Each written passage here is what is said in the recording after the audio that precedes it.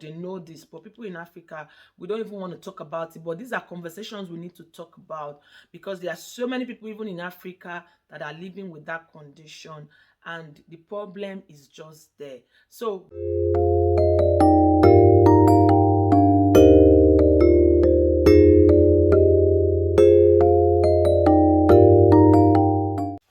hello everyone, my name is Esther of the Esther's Chronicles TV. I want to specially welcome you to my channel.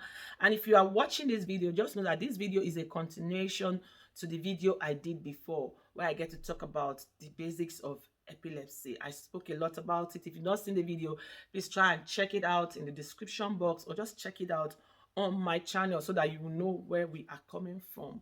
And one thing I also want to point out, in my first video, I was saying that when you see people that have epilepsy, you should be kind to them, because it's not their fault. Like I said, it's a brain condition, and there are treatment to it.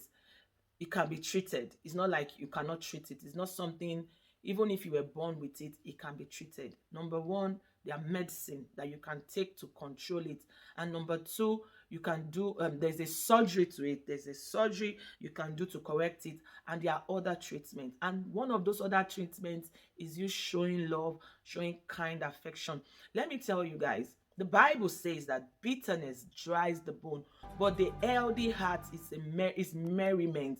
So if you have a good heart, it can actually serve as the medicine to somebody. So that's that. If you've not watched that video, make sure you check it out. Having said that, I want to talk about the fallacies and the myth. When they say myth, they are like misconceptions about, I think that should be the topic, misconceptions about epilepsy. Number one misconception is the fact that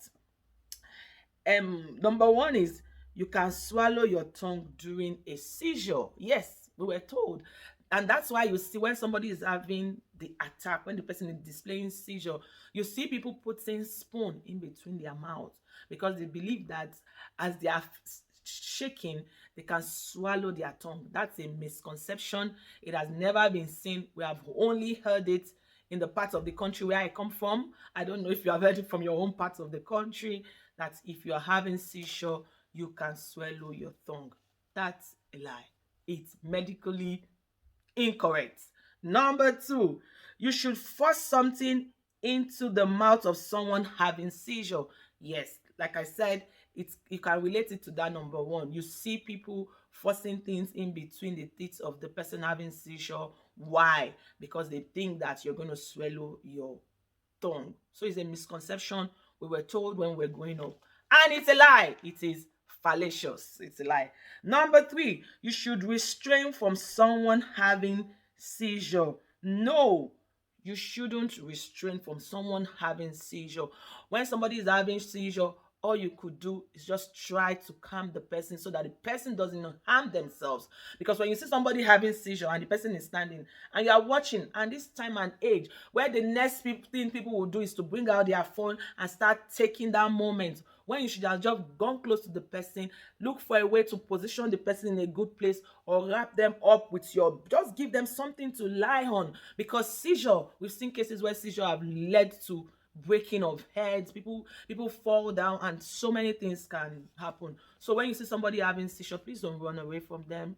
Just be the miracle that person is looking for, so that the person at least will not break their head. It's bad enough that they are going through what they are going through. Number four, epilepsy is contagious. I'm super glad to hear this. Oh my God, epilepsy is not contagious. That's a good one. Somebody shout hallelujah to that. About as contagious as a gunshot wound. You simply can't catch epilepsy from another person. Only kids. You can't catch epilepsy from another person. It is not contagious. Another fallacy is that only kids get epilepsy. It is not true. It's not only kids. Adults do get it. People get epileptic at 30, at 20. It just depends. It's just that sometimes it's common with children. Yes, we've seen children having seizure most of the time, and the first thing our parents will do is chuck a spoon in their mouth or put oil in their mouth. But I've heard a case where, I've seen cases where adults are having seizures, and the next thing is looking for urine to pour on them. You know, it's just fallacy. It's not true. Number 6, people with epilepsy are disabled and can't walk. It's not true. It's not in every cases. Yes, we've seen cases where people are epileptic and they are bound to wheelchair, but it doesn't mean that other people that are epileptic, and as a matter of fact, I know 1 or 2 people that are epileptic and they walk, they live their normal life, they go to for shopping, they do everything that you and I can do. Number 7, people with epilepsy shouldn't be in jobs of responsibility and stress. I just said that. When they say people with epilepsy cannot work, they cannot go to work. So when they go to office, they can misbehave. It's not true. People with epilepsy, they can work as you and I. It's a brain condition. It doesn't happen every time. It doesn't happen every time. It's just a brain condition. And I think as you take your medication, if you're epileptic or you've done surgery or you look for 1 or 2 ways, when that thing wants to come, sometimes I think you might have the feeling. And if they are working in your office, please don't discriminate them, because people with epilepsy, they go pay bill now. They still got bills to pay. They still need to send their kids to school, their adults. And if it's a child also, the child still needs to learn just the way other kids are learning. So that's the fallacious statement. And the whole essence of this video is to just bring enlightenment to it, so that if you have been looking at them like it's their fault, stop it. They need your love. Yeah, number 8 myth of epilepsy is, with today's medication, epilepsy is largely a soft problem. No, um, epilepsy is not largely solved. There are so many people living with the condition that we don't know.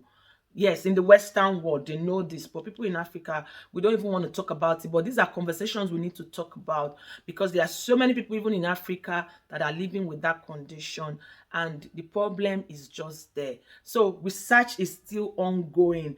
So this is epilepsy is a chronic medical problem that for many people can be successfully treated. Like I said, it has to do with your brain.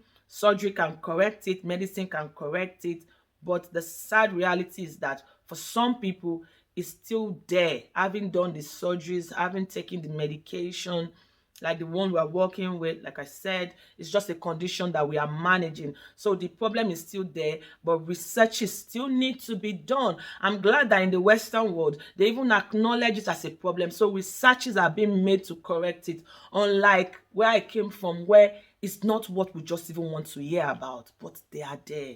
And I don't know, it's heavy in my heart, but I don't know. I don't know. I'm sorry. I don't want to get emotional about it. Number 10 is that you can't die for number 9. Number 9 is epilepsy is rare and there aren't many people who have it. That's what I just explained in number 8. No, it's not rare. A lot of people have it. It's just that you don't know. And I can't say it enough, in the Western world, chronic diseases are being treated and you will not know that those people, they are having it. You might be shocked that even your neighbor have it and you will not know, because it is there, but you are not seeing those people. And researches, the doctors are helping people to live. They are helping people. Let me read this article. He said there are more than twice as many people with epilepsy in Canada as the number of people with cerebral palsy. Cerebral palsy, muscular dystrophy, multiple sclerosis, and cystic fibrosis combined. Epilepsy can occur as a single condition or may accompany other conditions affecting the brain, such as cerebral palsy, mental impairment, autism, um, autism and traumatic brain injury. Yes, all these things I mentioned, if you see anybody suffering from them, you will see that from time to time they have seizures, and because they've had multiple seizures, they can also say that they are epileptic. I've seen cerebral palsy kids that are doing very well. That's why I'm saying the only way we can help these people is to show them nothing but love. Be kind and do the little we can as a person. The last but not the least says you can't tell what a person might do during seizure. Seizures commonly take a characteristics from the individuals. Blah, blah, blah, blah. You can't tell what they can do. So you can't take characteristics from the individuals and will do much same thing during each episode. Yes. So even if they are displaying that seizure, they will not cause harm to you that you are trying to help them. It's only that they can, you know, level of anger is different, and epilepsy, all those things, you can't really control them. So just help them by showing them love. There's nobody that you show love that will not want to receive it, especially when they are helpless. The last but not the least is people with epilepsy are physically limited in what they can do. That's a big fat lie. We've seen children with cerebral palsy, with tendencies of epilepsy, and they are doing marvelous things. So if you watch this video to this end, I thank you so much.